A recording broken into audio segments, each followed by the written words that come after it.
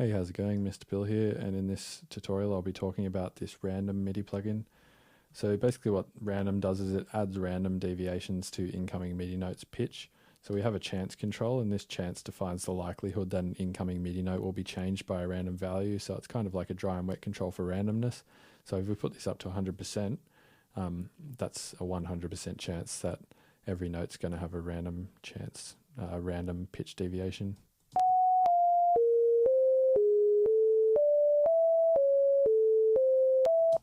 I'm just going to put an arpeggiator before that so we can trigger more notes. So you can see every single note has a different pitch to it, and that's completely random. However, we can kind of control it a little bit. So here we have choices, and choices defines how many different pitches can possibly land between 1 and 24. So if we have it at 1, can only ever possibly land on one possibility, which is that. If we have it on 2,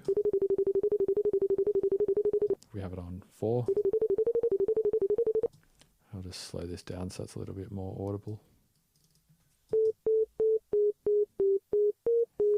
So it's randomly choosing between 4 different choices. We then have scale, and this defines where the pitch can land. So if we turn this up to 24, it's playing really high notes.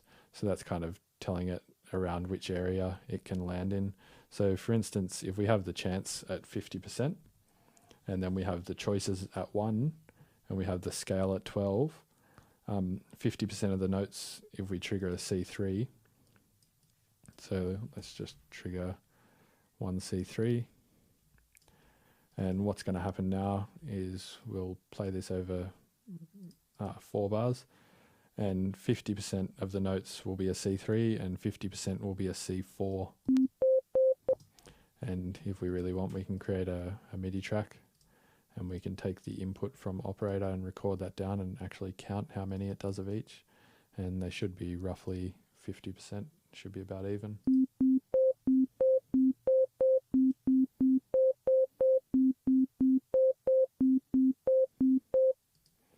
So what did we get there? We got 1, 2, 3, 4, 5, 6, 7, 8, 9, 10, 11, 12, 13 C3s, and 1, 2, 3, 4, 5, 6, 7, 8, 9, 10, 11. We got 11 C4s, so it's pretty much even. So 50% of the time it was playing C3, and the other 50% of the time it was playing a C4.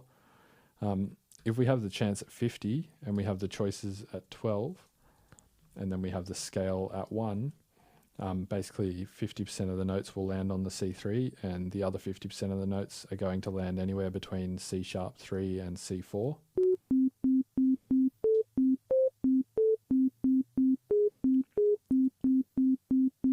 Like so. Anyway, after that we have mode, so we have random and alt. Basically this just decides whether or not it will be random or fixed. So alt will cycle notes in a fixed order, and random will be completely random. So if we have alt turned on, and the chance is set to 100%, and the choices is set to 12, and the scale is set to 1, basically with alt triggering a C3 12 times, it'll hit every semitone between C3 and C4, and then do it again.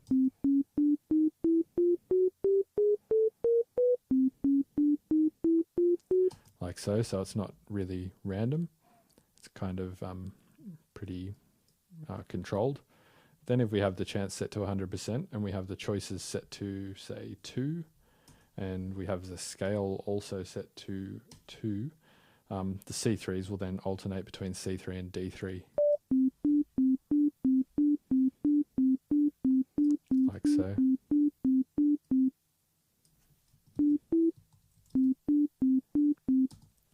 So that's how that works. And then we have this other section down here called sign, and this defines which direction deviations will move in. So if we have add, that the deviations will always move up. If we have sub, they'll move down, and if we have by, they'll move in both directions.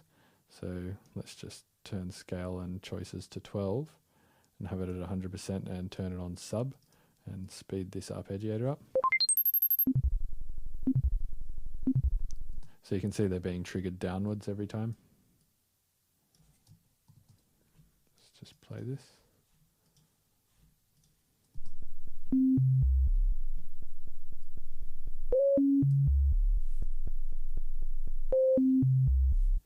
Like so, and if we have it on buy, they'll go in different directions.